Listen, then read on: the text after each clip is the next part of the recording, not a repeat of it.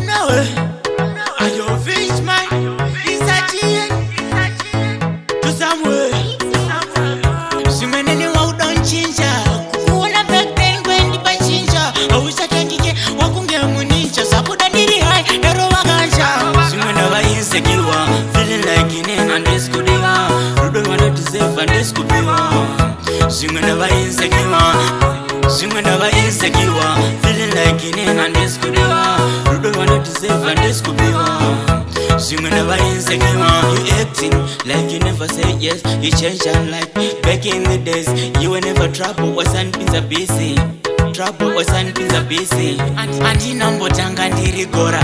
Usaisambo va muroba sekura. Sakazotanga murudonda nyura. Maybe pakashaya akamuzora.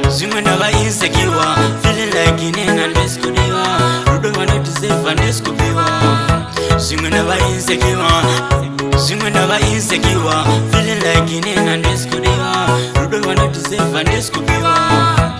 Whenever insecure, maybe kukura sha, bafe wa chinja sha, matamiro chinja sha, ifili matoriro wa chinja sha. Simeneni wa udon chinja, kuona back then when the bachinja, awusa kendike wakunge munincha, sakuda diri hai, nero wakanja. Whenever insecure, feeling like in NNDANDI Ruben wanted to save and this could be one. Whenever insecure, feeling like in NNDANDI Ruben wanted to save and this could be one. Whenever insecure, you acting like you never say yes. You change your life. Back in the days, you were never trouble. Was and pizza busy. Anti Ambotanga Ndirigora. Usaisambo va muroba sekura. Sakazotanga murudonda nyura. Maybe pakashaya akamuzora. Whenever insecure, feeling like in NNDANDI Ruben wanted to save and this could be one. Whenever insecure,